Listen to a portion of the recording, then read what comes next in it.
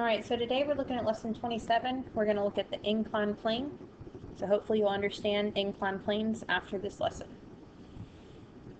Whenever you have a body, an object, sitting on an inclined plane, the pull of gravity is always going to be straight down. And that can be broken into components that are parallel and perpendicular to the plane that you have. So this is our object. When we pull it straight down, that is the pull of gravity. So they dropped the box off and they just made a straight line for the pull of gravity, which you can break into ones that are parallel to the plane, the inclined plane, and perpendicular to the plane, using a triangle here. And so if y'all want to stop and draw this out, you can. It's just a bigger picture of what we were just looking at. This angle here is theta, and then this one is complementary to it because it's a right angle. And then this angle is complementary to this one, so it equals theta.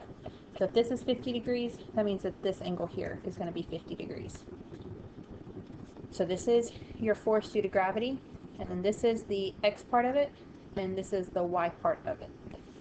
So we're going to be looking at problems using this figure today.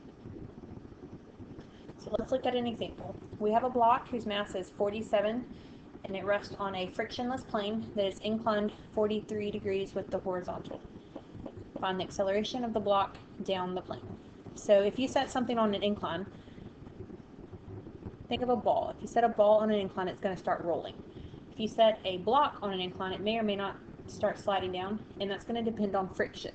And so that's why they say frictionless plane. So we're going to set it, and that means that it's going to have to start sliding down. We just don't know how fast it's going to be going. So the first thing you want to do is to set up your figure like this. So we're going to take our weight on our block and make it go straight down. And so that's what they did here. And then that's when they break it into a right triangle. And that's your WX. And then they put the W sub Y over here. You can put it over here. It doesn't matter.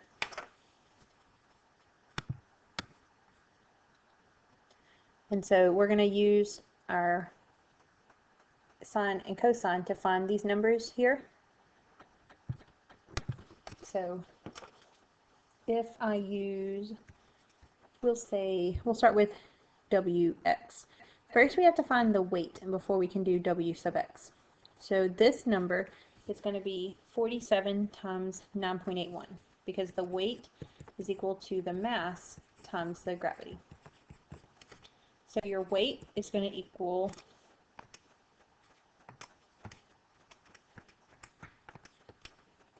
461.07.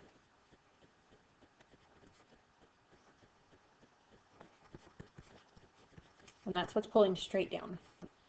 And then this W sub X is going to be the sine of 43 times your weight.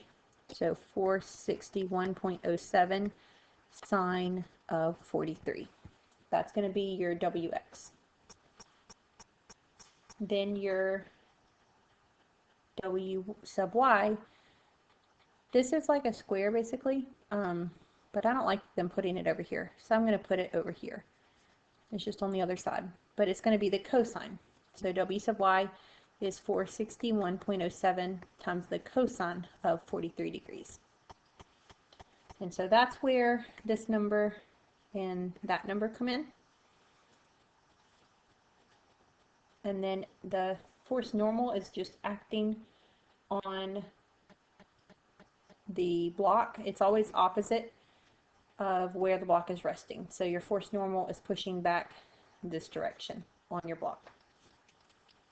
So we need to use our formula to find the acceleration. So the formula we're going to use is F equals ma. We don't know the acceleration. That's what we're going to be having to find. The mass we know is 47. And then we have to figure out what force we are going to be looking at. Which force are we going to want to use for this one? Well, we are concerned about it going down the plane, So we only want to know about the force that is going in this direction, which is this 461.07 sine of 43. So 461.07 sine of 43.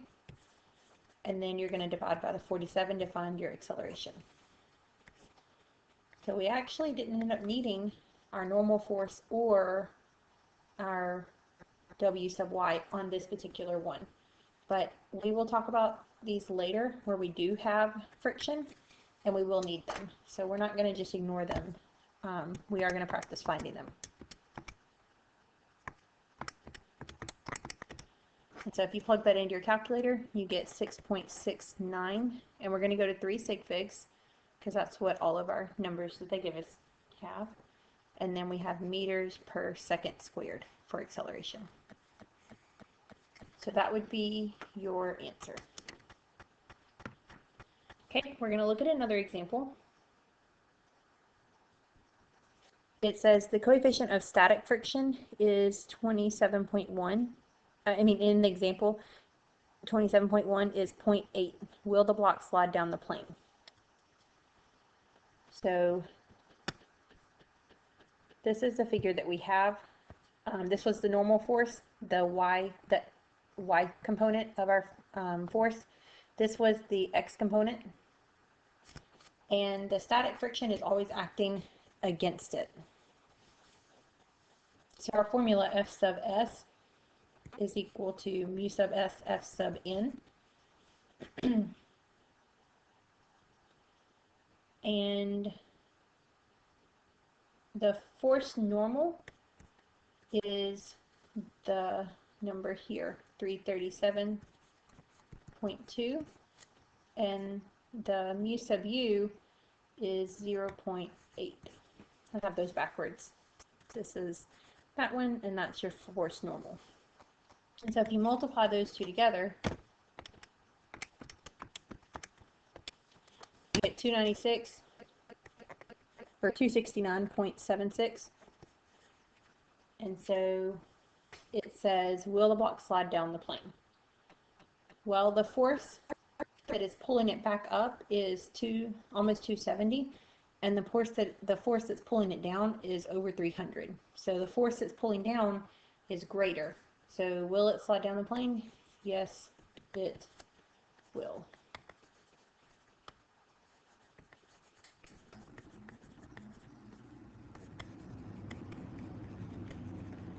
So yes, it will slide down the plane because the force pulling it down is bigger than the static force.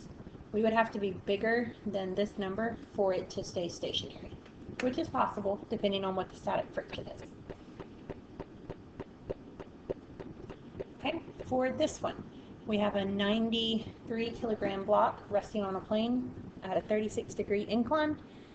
The coefficient of kinetic friction is 0.63 and static friction is only 0.7. So the block begins to slide down the plane. What is the acceleration of the block?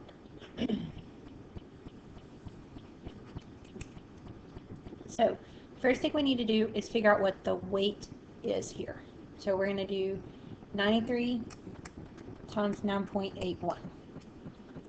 You should get 912.33. And then you're going to break it up into your y component and your x component, which is going this direction. So your x component is 912.33, and it's opposite, so sine of 36 degrees. And then the y component is adjacent, so 912.33 cosine of 36. Okay, so we need to figure out before we can do the acceleration, we need to figure out what force we're going to be looking at. So we know this force is pulling down the W sub x, but there is a kinetic friction that is pulling, or static friction. There's friction but it says that it is sliding on the block. So we are going to use the kinetic friction number here because it is moving. So our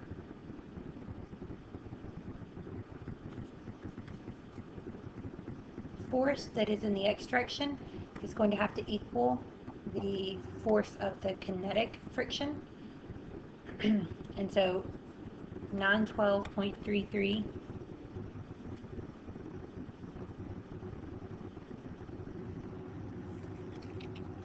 no,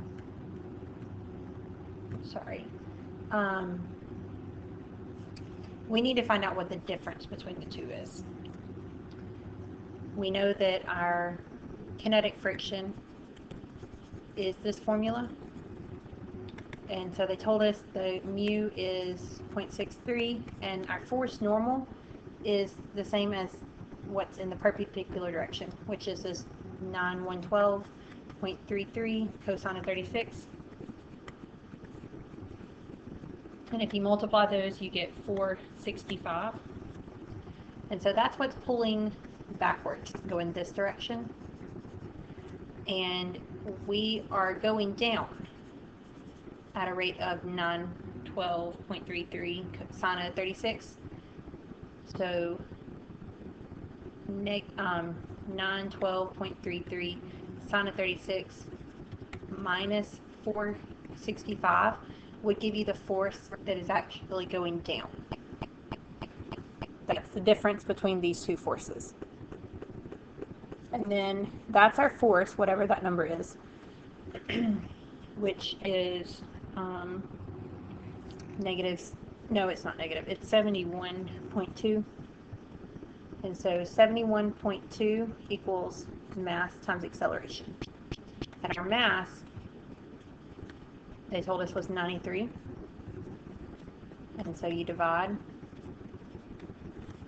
So your acceleration is going to have to be 0.766 if you go to 3 6 6. And it's going down the plane, so it's actually a negative 0.766 meters per second squared. And it's negative because it's going down the plane. So that would be your acceleration. If you want, you could also say 0.766 down the plane. So you could either do the negative or you could say it's going down the plane. So that's how you would set this one up. You have to make sure to find the difference between the forces over here, because one is pulling it up, slowing it down, and one of them is pushing it down the plane. So your homework is 1 through 20 and the curveball questions. So make sure that y'all do those tonight so we can go over any questions you have tomorrow.